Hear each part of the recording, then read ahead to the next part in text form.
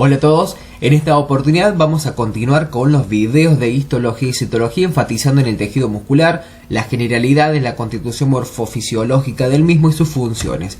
Como siempre, a modo de generalidad, recordemos que el tejido muscular es uno de los 4 tejidos elementales que posee el organismo, junto con el tejido epitelial, el tejido conectivo conjuntivo y el tejido nervioso. Su función es la del movimiento del cuerpo y la de los distintos segmentos corporales, junto también con el cambio en el tamaño y la forma de los órganos internos, de las vísceras, ¿sí?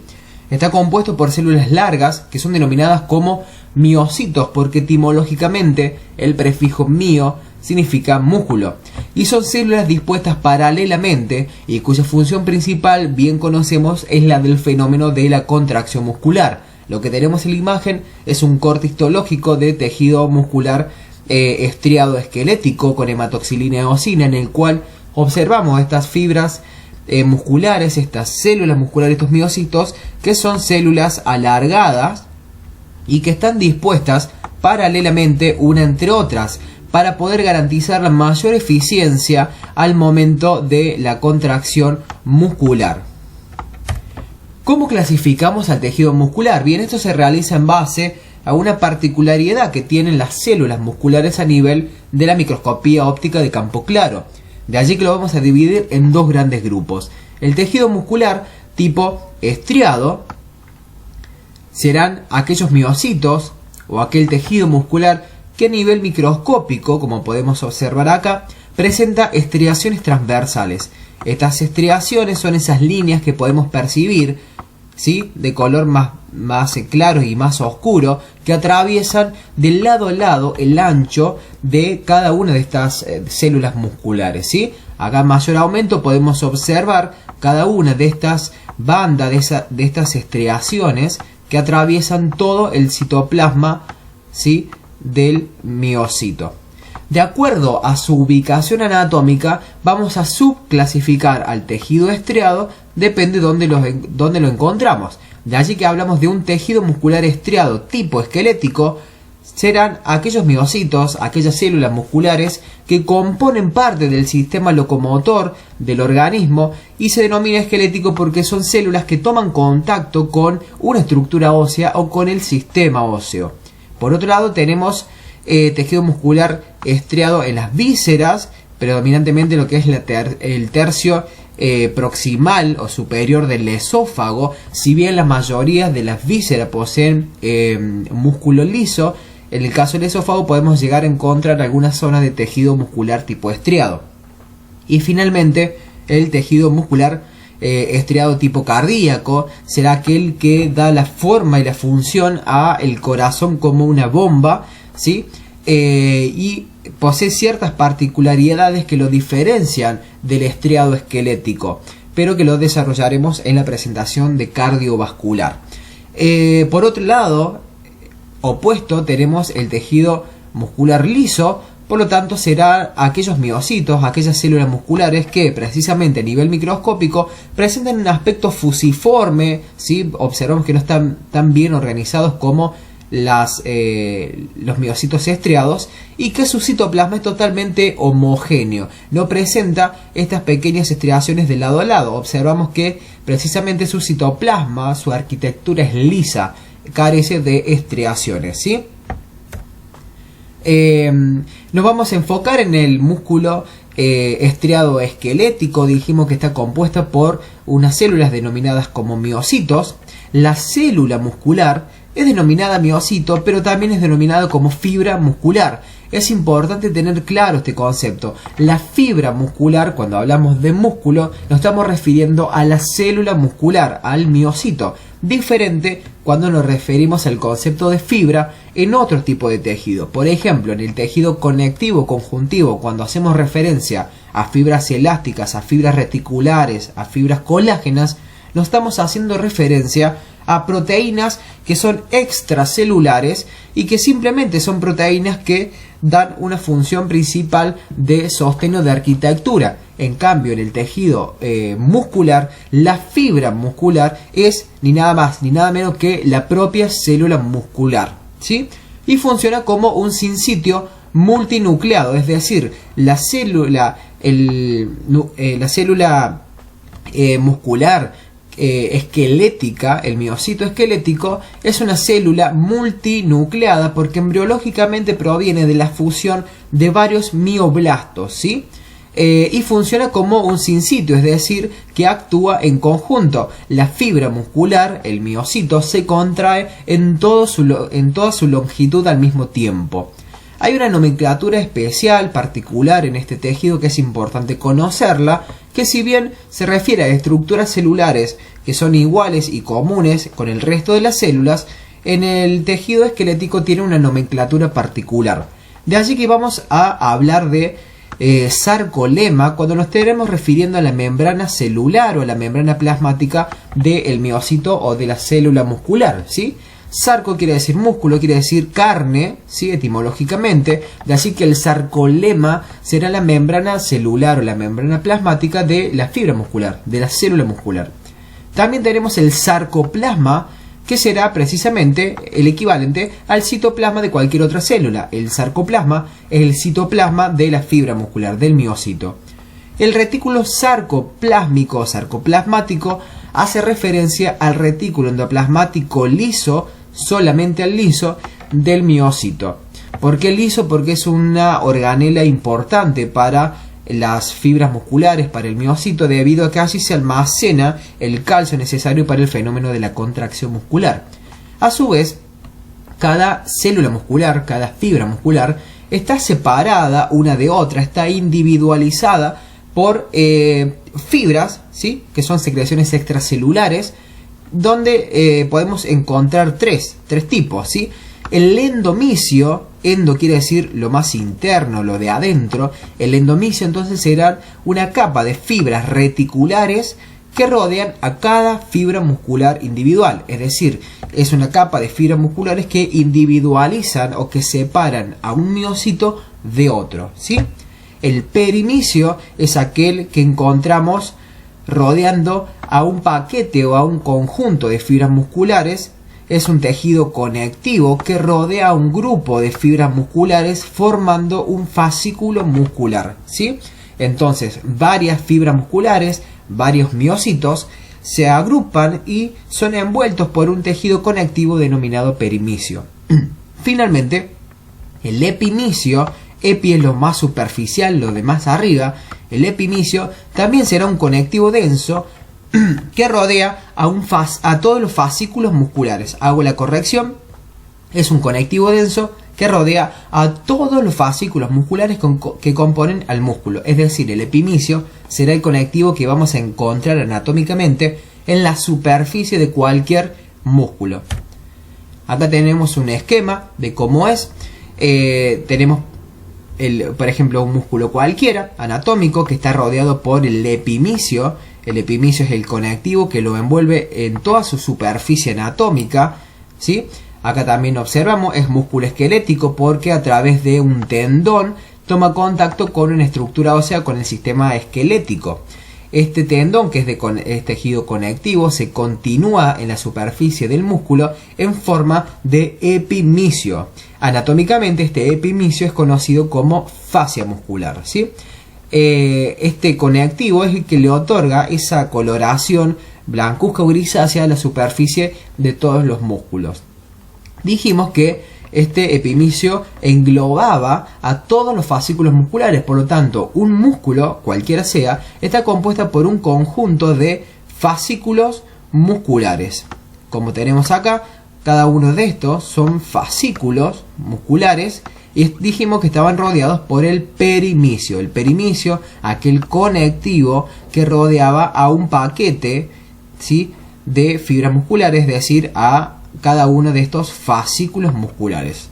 También lo tenemos de este lado. Observamos que cada uno de estos son fascículos musculares y que están separados uno de otro por este tejido más grisáceo, ¿sí?, que corresponde al perimicio. A través del perimicio, a través de este tejido conectivo, observamos que transcurren los diversos vasos, ¿sí?, arterioles y vénulas que van a irrigar al músculo, y también los nervios que van a dar la la función motora y la contracción y relajación de este tejido. Cada uno de estos fascículos dijimos que estaba constituido en su interior. Acá tenemos un fascículo muscular que lo extraemos de esta imagen y observamos que cada fascículo es un conjunto, ¿sí?, o un paquete de fibras musculares, es decir, es un paquete de miocitos, de células musculares. Acá también lo tenemos, un fascículo, entonces es un conjunto, una agrupación de varios de estos tubitos que son fibras musculares o células musculares. Y podemos observar también que cada fibra muscular, que cada célula muscular está separada una de otra por esta capa de fibras reticulares, ¿sí?, que individualiza y separa cada fibra de otra. Entonces tenemos el endomisio, estas fibras reticulares que separan a una célula muscular de otra. La célula muscular, también denominada como fibra muscular, es un miocito esquelético porque toma contacto con una estructura ósea, y dijimos que era multinucleado porque provenía de la fusión de varios mioblastos. Observamos también que los múltiples núcleos que están presentes en el tejido muscular esquelético se ubican en la periferia de la célula. ¿A qué se debe esto? A que, como podemos observar acá, el citoplasma de la fibra muscular, el citoplasma de esta célula muscular, posee una hiperorganización, una hiperestructura de su citoplasma, de su citoesqueleto, perdón, compuesto por actina y miosina. La actina y miosina del citoesqueleto de la fibra muscular se ordena de una forma tal que observamos que conforman las miofibrillas necesarias para el fenómeno de la contracción. Si nosotros en el centro del citoplasma de una fibra muscular o de una célula muscular colocamos los múltiples núcleos, que son organelas de gran tamaño, estarían estorbando o dificultando el proceso de contracción muscular. De allí que la célula muscular esquelética, para poder cumplir correctamente su función de contracción, lo que hace es desplazar las organelas hacia la periferia para que no estén estorbando en el centro con la contracción de los filamentos de actina y miosina que conforman el citoesqueleto hiperorganizado que tiene la célula muscular esquelética. ¿Cómo clasificamos a las fibras musculares esqueléticas? Las clasificamos en tres tipos de acuerdo a su coloración, digamos, histológica: en fibras rojas, en fibras blancas y en fibras intermedias. Esta clasificación se realiza en base a ciertas características que poseen estas fibras, que son la rapidez para la contracción que posean, la velocidad en la cual realicen su actividad enzimática, y en base a su actividad metabólica, si es predominantemente aeróbica o predominantemente anaeróbica, ¿sí? Esto es un corte histológico de tejido muscular estriado esquelético. Observamos que con una tinción especial que es para la reacción de NADTR, ¿sí? Esto que observamos acá más blanco corresponde al perinicio y me separa todo esto que estoy observando acá, que corresponde a un fascículo muscular. Por lo tanto, cada uno de estos hexágonos, ¿sí?, corresponden a fibras musculares, a miocitos. Entonces, las fibras musculares esqueléticas rojas van a ser aquellas que son de menor tamaño y son, en este caso, de una coloración más azul, ¿sí? En este caso por la coloración especial, pero sin coloración serían rojas, ¿sí? Vemos que se diferencian de las fibras esqueléticas blancas, que son de mayor tamaño y, tal como dice su nombre, son blancas o son más pálidas. ¿Qué características tienen y qué características diferencian a las rojas de las blancas? Bien, las fibras esqueléticas rojas también son denominadas como fibras lentas o fibras tipo 1. ¿A qué se debe esto? Bien, son fibras esqueléticas rojas por su alta concentración de mioglobina. La mioglobina es el equivalente a la hemoglobina en los glóbulos rojos. Los glóbulos rojos son rojos porque contienen una proteína especial que es la hemoglobina, que es la encargada del transporte de los gases en sangre, oxígeno y dióxido de carbono. En este caso, las fibras musculares rojas poseen alta concentración de mioglobina, que es el equivalente a la hemoglobina, pero en el músculo, y que esta mioglobina se encarga de transportar y de cumplir una función de reserva de oxígeno en las fibras musculares. Por lo tanto, al poseer alta cantidad de este pigmento, de esta mioglobina que almacena el oxígeno en estas fibras musculares, le da esa tinción, digamos, esta coloración rojiza, y por eso se clasifica de esa forma. Al tener alta concentración de mioglobina, alta concentración de oxígeno o de reserva de oxígeno, podemos intuir que su sistema energético predominantemente será tipo aeróbico. ¿Por qué? Porque tiene alta concentración de oxígeno o alta disponibilidad de oxígeno. Por lo tanto, las fibras rojas son fibras que realizan un metabolismo predominantemente aeróbico. Recordemos en los videos de bioquímica, que pueden revisarlos en este canal, que el metabolismo aeróbico me permite a mí una mayor ganancia energética, conseguir una mayor cantidad de ATP, pero tiene que atravesar muchas reacciones. Por lo tanto, si bien la ganancia energética es mayor, el proceso para obtenerlo es mucho más lento. Por lo tanto, estas fibras rojas tienen una alta resistencia a la fatiga, ¿sí? ¿Por qué? Porque la mayor resistencia a la fatiga está dada primero por el gran acúmulo, la gran obtención de ATP que obtienen estas fibras musculares. Al contener mucho ATP le permite tener una reserva energética para estar en un estado de contracción permanente. De allí que resisten, digamos, por mucho tiempo la fatiga, porque tienen disponibilidad de ATP para realizar el proceso de contracción. Para poder realizar el proceso de contracción y mantener la viabilidad celular, también necesitan de nutrientes y necesitan del oxígeno que tiene que llegar. Por lo tanto, son fibras que poseen alta capilarización. ¿A qué se debe esto? Precisamente a que, debido a que necesitan alta concentración de oxígeno y su metabolismo es predominantemente aeróbico, necesitan un aporte continuo tanto de oxígeno como de nutrientes, y por eso son fibras altamente capilarizadas. Pero así como pueden obtener una mayor cantidad de nutrientes a través de la circulación sanguínea, tienen bajo contenido de glucógeno. ¿Por qué? Porque no les es necesario, debido a que los nutrientes les llegan directamente de la sangre y no necesita almacenarlo en forma de glucógeno, ¿sí? Contrariamente, estas fibras son denominadas fibras lentas, entonces, porque el proceso de contracción es lento. Estas fibras rojas las podemos encontrar en los que son los músculos del dorso y aquellos músculos que se encargan de mantener el cuerpo en posición erecta y en bipedestación. Como necesitamos que todos esos músculos estén contraídos permanentemente para que nosotros permanezcamos de pie, entonces son músculos que se encuentran en contracción permanente. Esa contracción es una contracción lenta y resisten y están en estos músculos porque resisten la fatiga debido a todo lo que explicamos recién, ¿sí? Contrariamente, las fibras blancas son también denominadas como fibras rápidas o fibras tipo 2. ¿A qué se debe esto? Que tienen características contrarias a las rojas.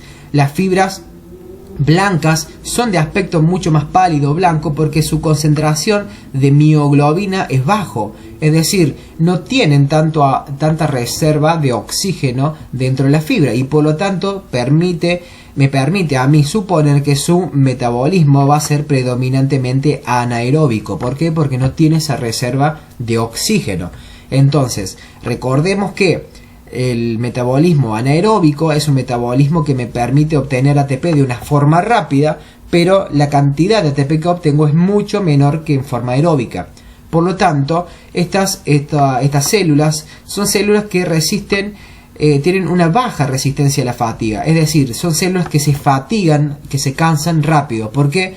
Porque no llegan no tienen la reserva de ATP necesaria para permanecer mucho tiempo en estado de contracción. Entonces solo soportan momentos de contracción de poco tiempo, no resisten a la fatiga, ¿sí? Tienen una baja capilarización porque precisamente su forma de nutrición va a ser a través de la reserva de glucógeno. Estas fibras van a almacenar gran cantidad de glucógeno. ¿Para qué? Para esta forma obtener una fuente energética de forma más accesible y rápida, ¿sí?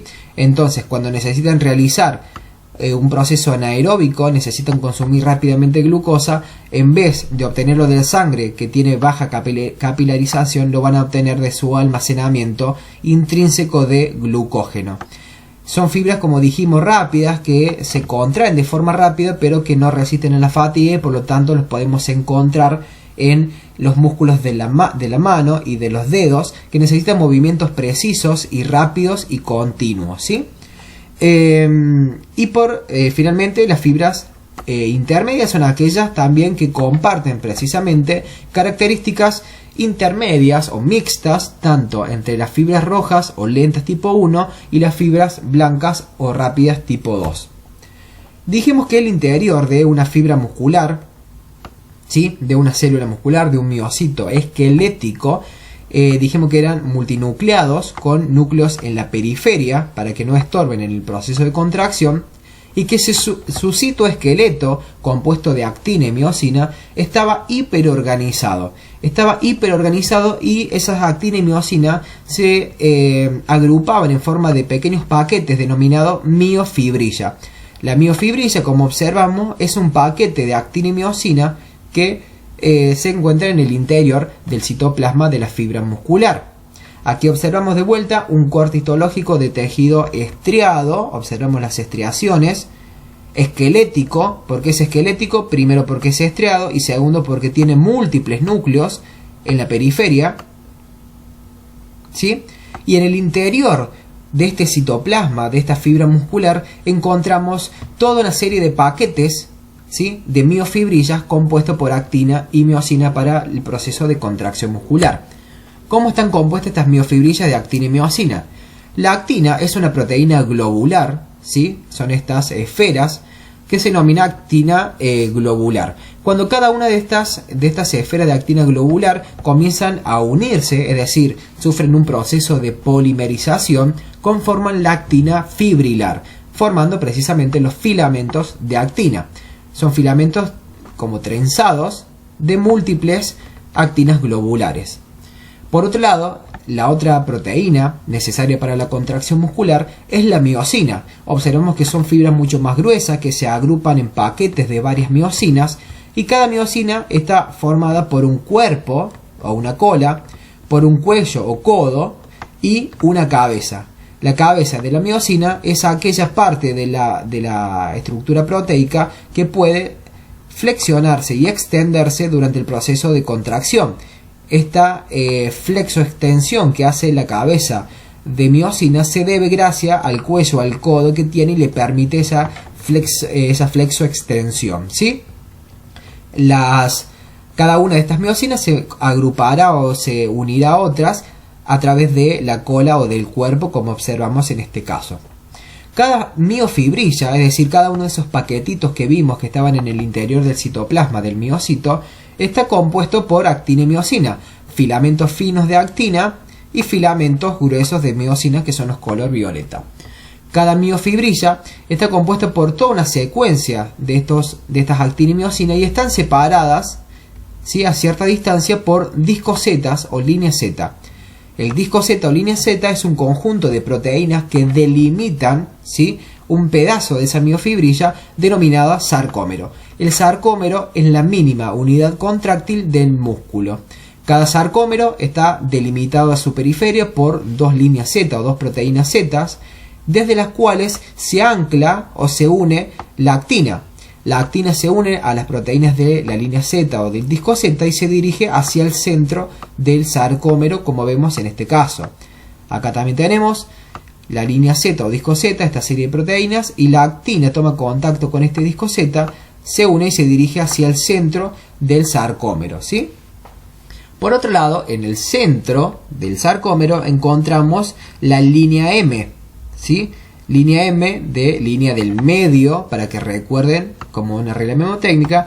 Son una serie de proteínas que unen y que se encargan de estabilizar y de anclar a las miocinas en el centro del sarcómero. Como vemos, la línea M son varias proteínas que unen o que fijan a la miosina en el centro del sarcómero. Estas miosinas se dirigen hacia la periferia, ¿sí? Podemos observar que la miosina nunca toma contacto directo con el disco Z, nunca toma contacto directo, sino que lo hace a través de esta proteína que parece un resorte que se denomina titina. La titina es una proteína en forma de resorte que durante el proceso de contracción muscular, este sarcómero se va a achicar, ¿sí? Se va a encoger, porque se va a contraer, y en esa contracción se van a comprimir estas titinas como si fuera un resorte. Entonces la titina se contraerá como si fuera un resorte durante el proceso de contracción muscular y se relajará de vuelta durante el proceso de relajación muscular. Pero las miosinas nunca toman contacto directo con el disco Z, ¿sí? A su vez, cada sarcómero, bien decíamos, está delimitado por los discos Z o líneas Z, ¿sí? Que separan un sarcómero de otro. Cada miofibrilla, ¿sí? A lo largo de todo el eje longitudinal del miocito son varios sarcómeros unidos uno al lado de otro, cada uno de esos sarcómeros delimitados por línea Z. Entonces, el sarcómero, de acuerdo a la superposición de los filamentos de actina y miosina, podemos observar bandas, ¿sí? Vamos a observar la banda I, por un lado, para que recuerden como regla mnemotécnica, la banda I es la banda intermedia, ¿sí? Si bien no es la propia definición de la banda I, es más compleja, pero la banda I es la banda intermedia, para que recuerden, intermedia entre un sarcómero, que en este caso está a la izquierda, y el sarcómero que está a la derecha. Acá tenemos también otra banda I intermedia entre mi sarcómero de este lado y el sarcómero del otro, ¿sí? Bandas intermedias. En el centro del sarcómero encontramos la banda A. También, como regla mnemotécnica, la banda A es la banda de adentro, ¿sí? Es decir, la banda que se ubica, como vemos, en el centro o adentro del sarcómero. Y la zona H es la zona bien del centro del sarcómero, constituida exclusivamente por miosina.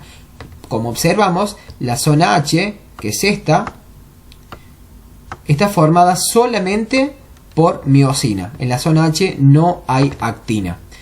Mientras que en la banda I solamente, como observamos, hay actina. Hay actina y el disco Z, pero no hay miosina. La banda I es de actina, solamente hay actina. En la zona H solamente hay miosina. Y después, en la banda A es mixta, ¿sí? Encontramos tanto actina como miosina, ¿sí? Acá les dejo una tabla con las características de cada una de estas líneas y de estas bandas. ¿Por qué nos interesa conocer estas bandas? Porque, como observamos, las bandas I son filamentos finos de actina, mientras que la zona H son solamente miosina, y la banda A es la superposición de actina y miosina. Esto que yo les marco en esta imagen corresponden a las estriaciones que nosotros vemos a nivel microscópico.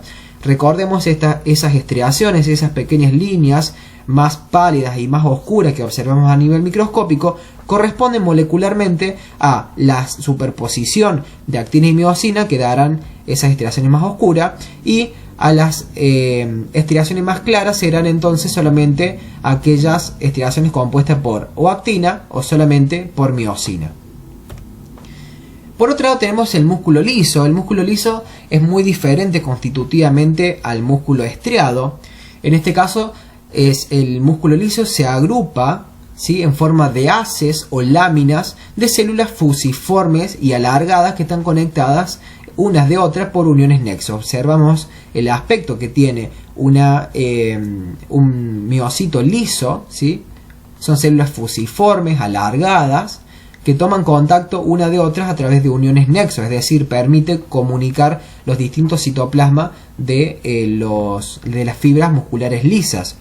Como observamos también, poseen un solo núcleo central, por lo general es un solo núcleo, pero es central, ¿sí?, con abundantes mitocondrias para brindar la energía necesaria para el proceso de contracción celular. El sarcoplasma, es decir, el citoplasma de esta célula, está repleta por filamentos finos, que son los filamentos de actina, que forman el aparato contráctil.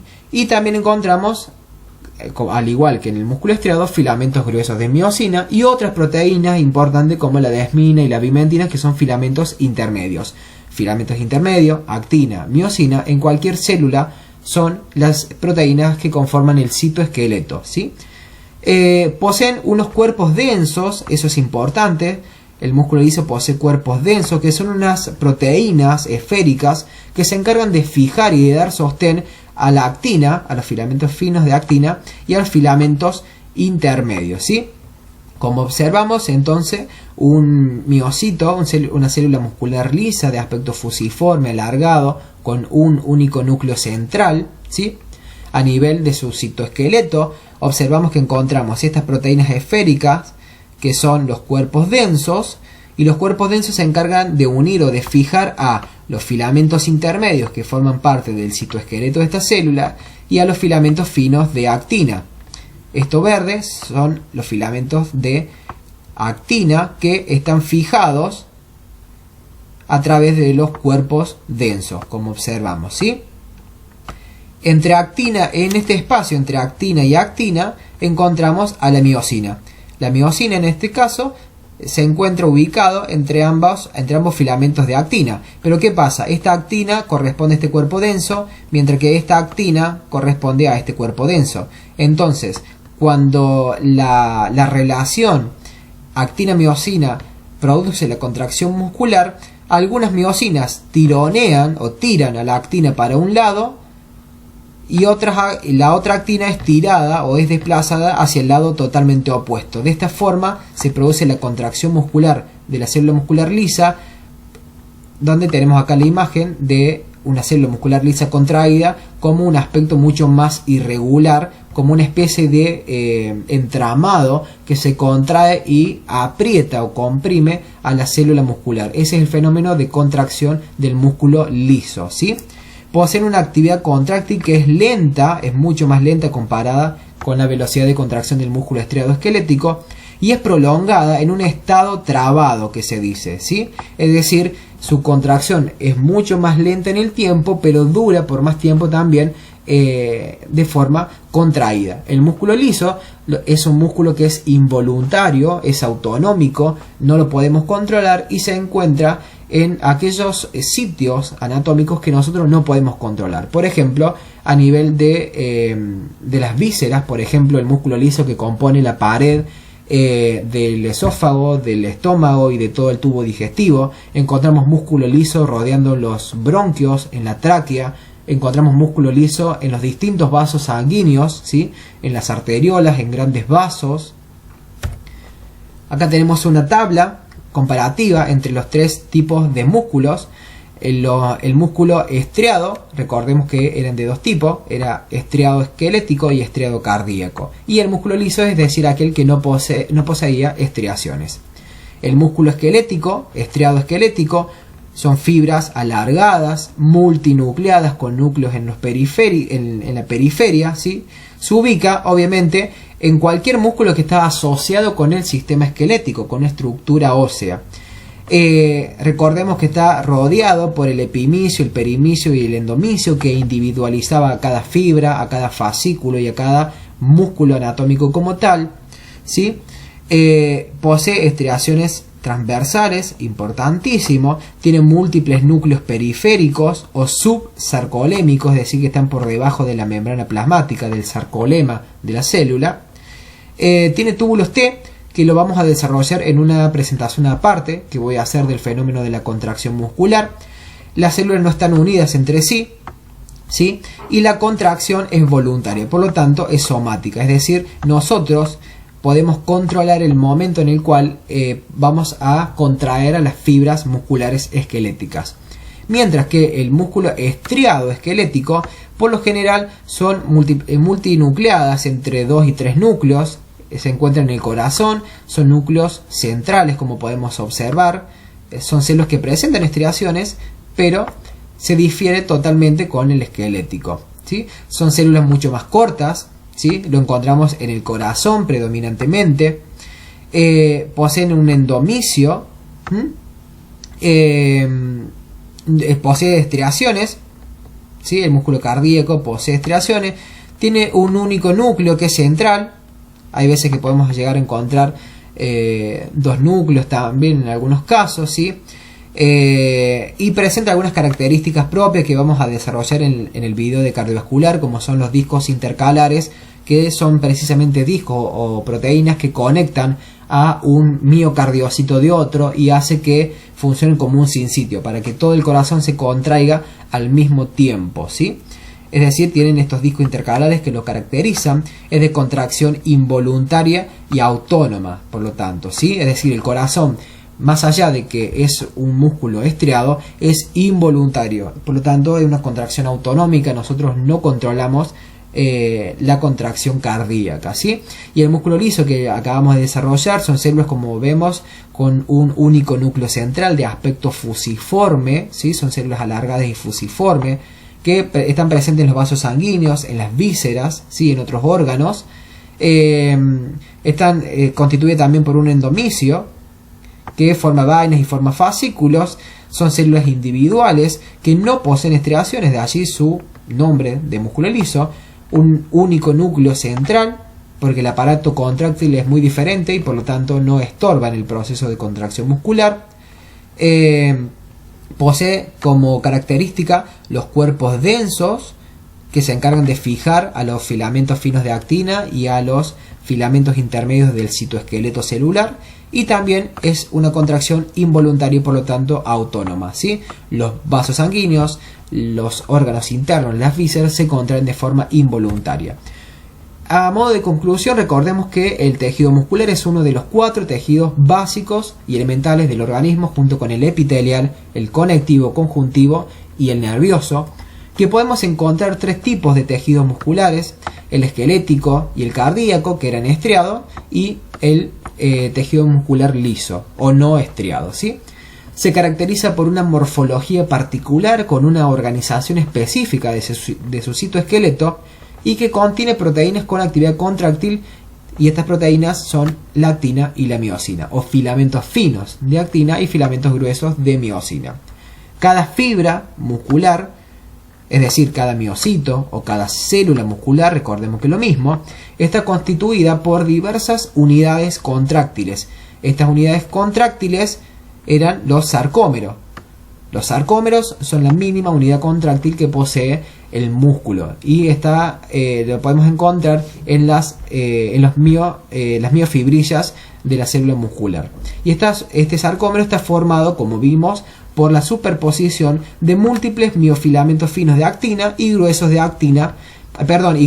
miosina, filamentos finos de actina y gruesos de miosina, que otorgan a nivel microscópico esa particularidad de las estriaciones, ¿sí? Eso es todo, espero que les sea de utilidad. Me puedes seguir en mi cuenta de Facebook, facebook.com/medicina bioquímica, o en mi cuenta personal de Instagram. Darle like al video y compartirlo. Gracias.